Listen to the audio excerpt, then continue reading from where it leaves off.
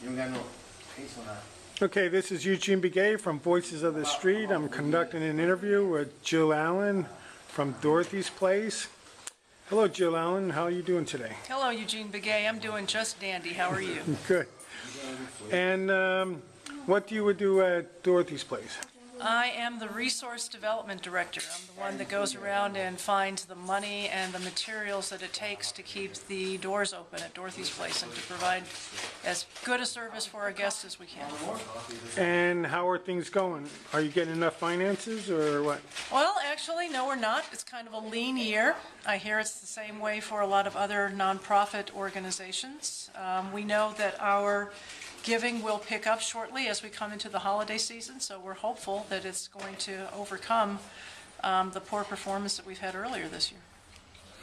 Okay, and what kind of a shortfall are you looking at? I really don't know what to tell you. I'm less into the finance end of the organization now as I am into the resource development. So I really don't know what to tell you in terms of what the shortfall is right now. No approximate? Okay. All right. You and I were talking previous. Now, you said you were going to get some funding for a project that you have going on at Dorothy's Place about nutrition. Can you elaborate on that? Yes, I would love to elaborate on that. This is a project that we wanted to do for a couple of reasons. Number one was we wanted to see if we did some food and nutrition education with our guests, and we offered them healthier choices for their meals, whether their management of their chronic illnesses would improve. In other words, if we took away some of the cakes and cookies and replaced it with fruits and salads and, you know, good nutritious foods, and they actually ate that way, would it be easier to manage obesity, high blood pressure, coronary artery disease, COPD, diabetes, things like that? Most of them with raw food diets you can reverse in 28 days. That's what we've heard. That's what we've heard. Now, I'm not sure that we could actually do a raw food diet starting out because we would have to make sure we had a good balance of protein and minerals. But that's what we're striving for. We're striving to get better at serving meals and not just accepting what comes through the door as a donation. We get a lot of day-old baked goods donated, which means a lot of carbohydrates, a lot of sugar, too much salt, and we serve them because a lot of people look at that as comfort food. And, you know, they're going through some anxiety and some hardship on the street, so it's hard to, you know, take the comfort food away. But at the same time, we see a lot of people coming to us for months at a time eating at Dorothy's Kitchen, and we need to be able to provide a better opportunity for them to eat more healthy. And we have gotten that funded. And where did the funding come from? The funding has come from the Hardin Foundation, which is a local community foundation, and from the United Way of Monterey County. And what was the size of the grant? I believe the Hardin Foundation funding was $25,000, and they added an additional $1,250 to purchase the software that we need to be able to track the results.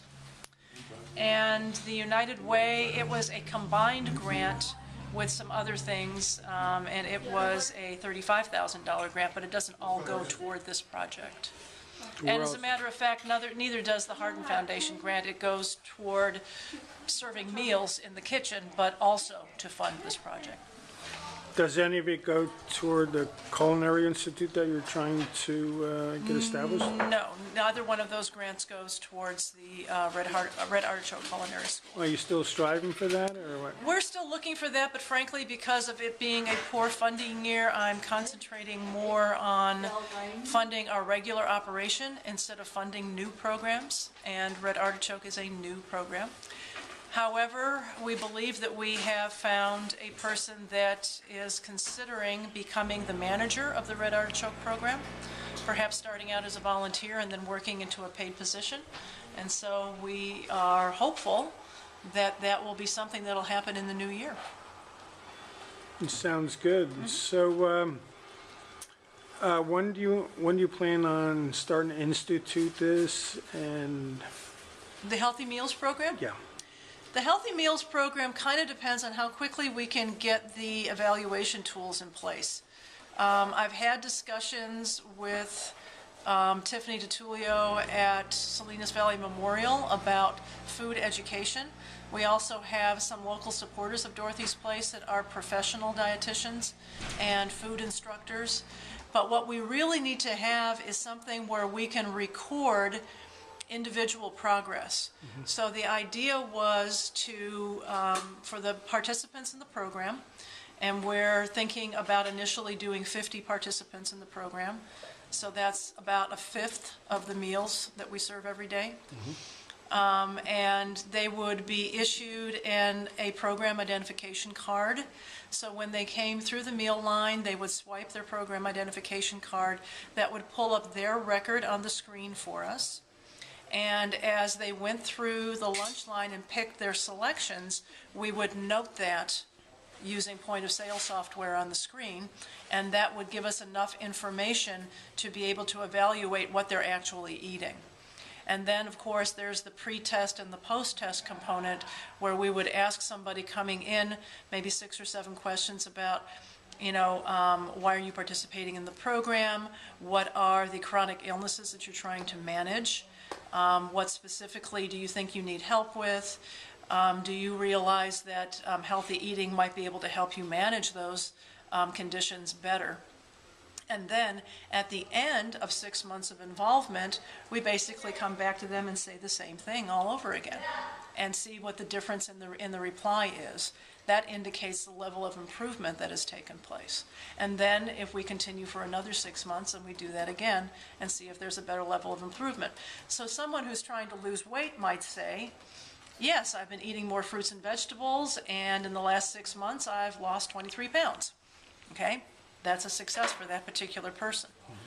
A person who is managing COPD might be concerned about their blood pressure. And, we might, take down those notes and give them some education on which foods are best for them to manage high blood pressure and what foods to avoid when they're trying to manage high blood pressure, and then see if that has an effect on their blood pressure and their COPD. and how does one get involved with the program? You basically come to me and indicate an interest. So, you can call me, text me, email me, or just find me over at Dorothy's Place and say that you have an interest. What we're still trying to do is to get the point of sale software and the computer equipment installed in the kitchen so that we can start this. And our volunteer coordinator, Catherine Tran, is currently looking for volunteers that can help us record the results in the lunchtime. They would volunteer their time to observe what the program participants are selecting out of the lunch line and record that. I'd like to get involved with that. We'd love to have you. Okay. Myself as a cross-country roller skater, I'm very concerned about my own health. Sure.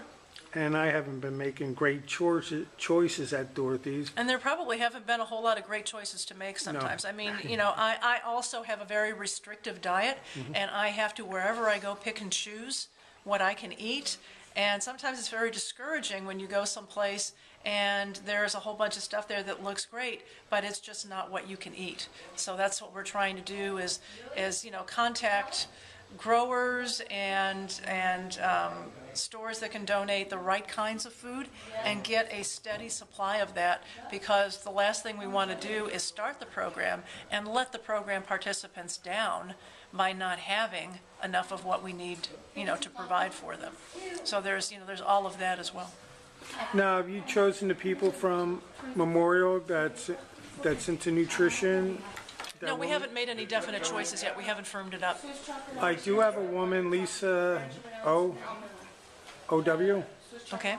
She's with Natural Health Center. At Memorial? No, here in Salinas. Okay. And she's naturopathic doctor. Oh, that's wonderful. And Would love to have her input. She's going to be volunteering for us. She's going to be teaching us. She's going to be teaching us how to make raw meals, raw vegetable meals and other types of meals. Great. And I'd like to put her in touch with you if you're interested in having her as a partner. Absolutely, absolutely. I'd really look forward to that. Look forward to her input.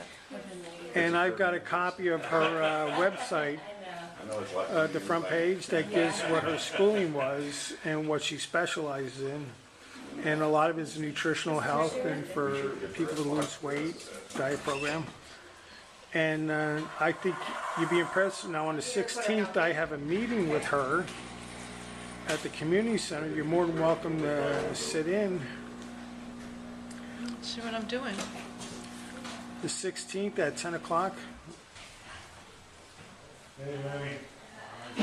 It's a Tuesday? No, I've got it right here. At 10 o'clock, you said? Yes. I think I might be able to do that. That would be great. Thank you for the invitation. Okay. And it'll be at the community Her center? name again? Lisa, Lisa O. O-W, yeah. Thank you. You're welcome, Mama.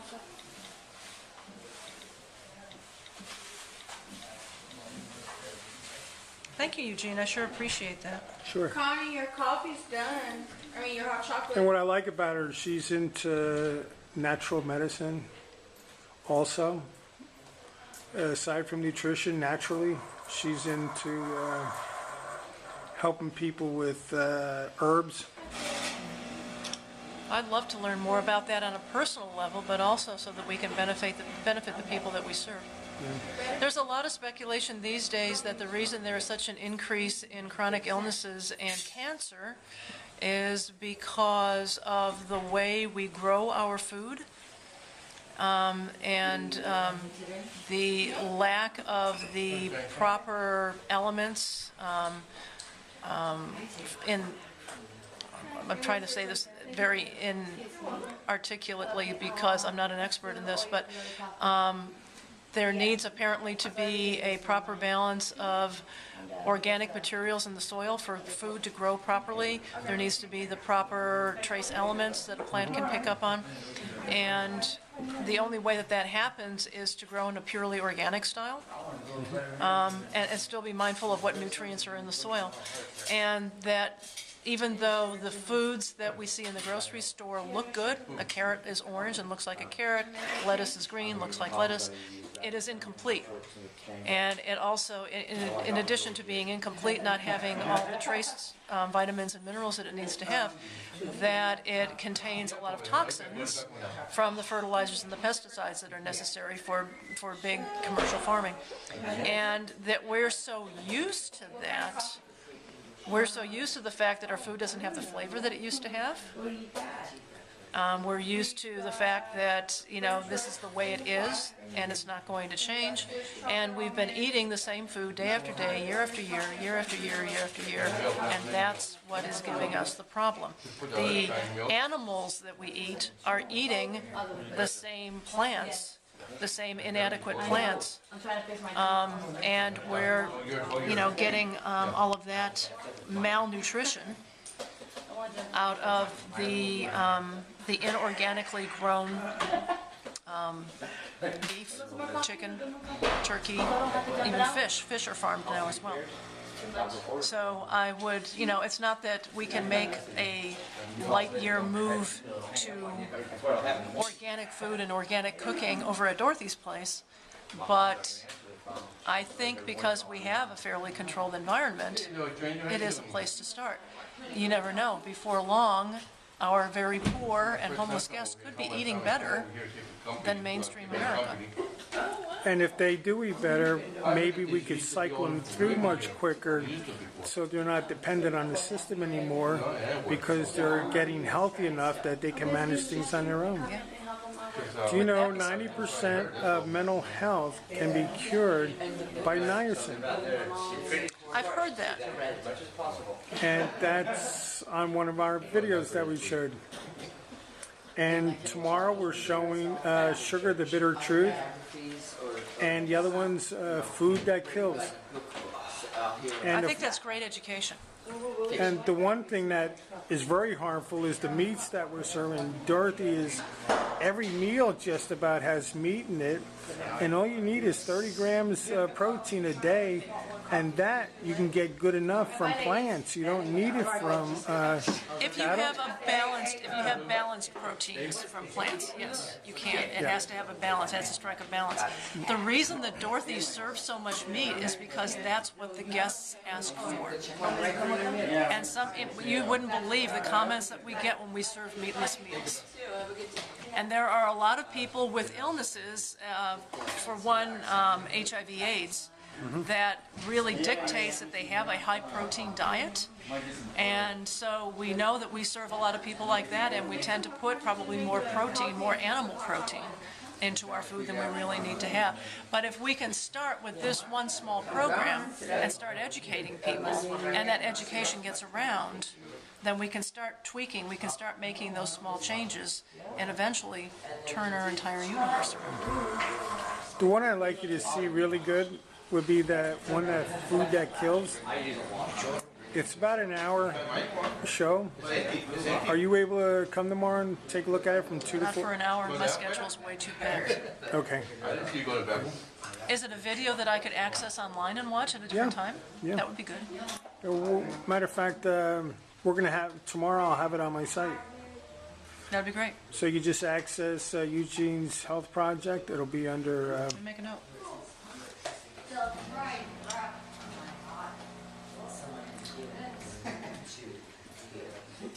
It may be under cancer because meat is a cancer causer. That's what I've heard too.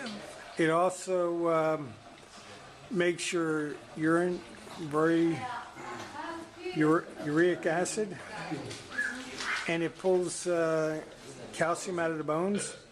So a lot of people who eat high levels of beef have osteoporosis. Eugene'sHealthProject.com or .org? No, just it's Eugene's Health Project On for YouTube. YouTube. Okay.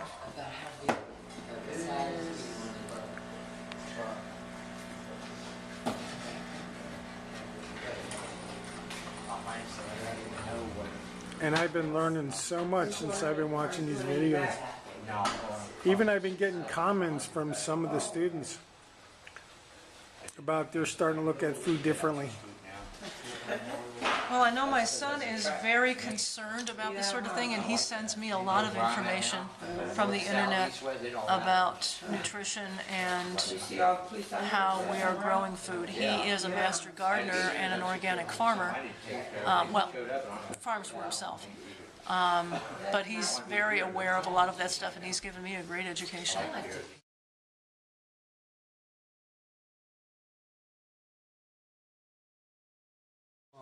There are a lot of people that have grown up not used to eating raw foods and fruits and vegetables in particular, and it may be a very difficult thing for them to do, to change their eating habits. But one thing that my son showed me, he has a very good blender that is intended to break up and basically pulverize any raw fruit or vegetable that it runs into, whole carrots, things like that. And he puts together liquid smoothies with, a little bit of fruit, but kale, carrots, a lot of really good, high-quality organic vegetables, and they're absolutely delicious. They're easy to digest, and they're completely raw food. And I can see us perhaps offering that to people here as an alternative to what they see in the meal line. Yeah. So I could see that happening as well. That would be a great thing to be able to offer.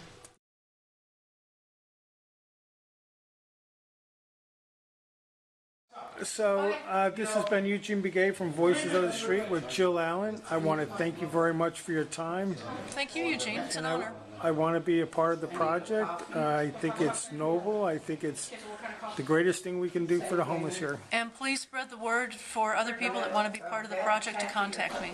I'll do that. I'll start announcing it in my classes. I didn't know if you wanted it announced yet. Yeah, you can say that we're probably going to limit the participation to 50 people, but yeah, I would go ahead and start that. That'll put a little pressure on us to get it going faster.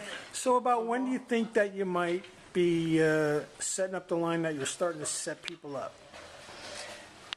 I would like to say, let's see, this is mid-October. I would like to say that by December 1st we would be ready to go. Okay, And that's an interesting time to start because it's right in the holiday season, where people eat the worst. where people eat the worst. Yes.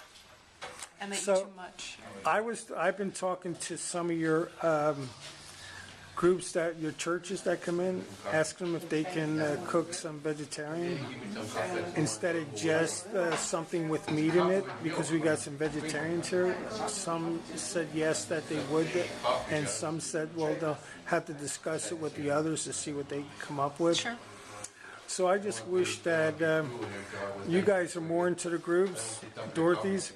If you could spread the word around more with the churches to see if they can. I think once we start this project and it actually kind of grows some legs, then we've got something that we can go back to our volunteer groups and say, we would, we really appreciate your service here. We know that you're giving your time and your resources to be able to come here and cook meals.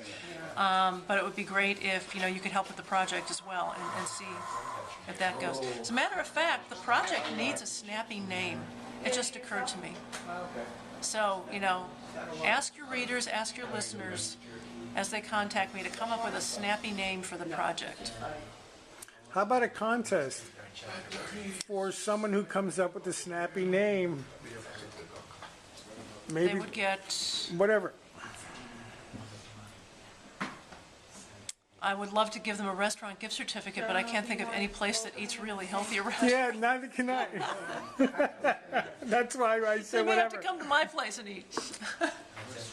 Or maybe something like a portable TV or something like that. Or something. That's about $99 or something like that. Come up with a snappy name. Just something. A Keurig coffee maker. Coffee mocha. I can't tell you what it's called. Well, do they Portable really TV need would be coffee? No, but I understand that, and understand that I am not in any way, shape, or form endorsing or advertising Keurig or K-Cups. But I will say that Green Mountain Coffee Growers has been exceptionally generous in donating coffee to us.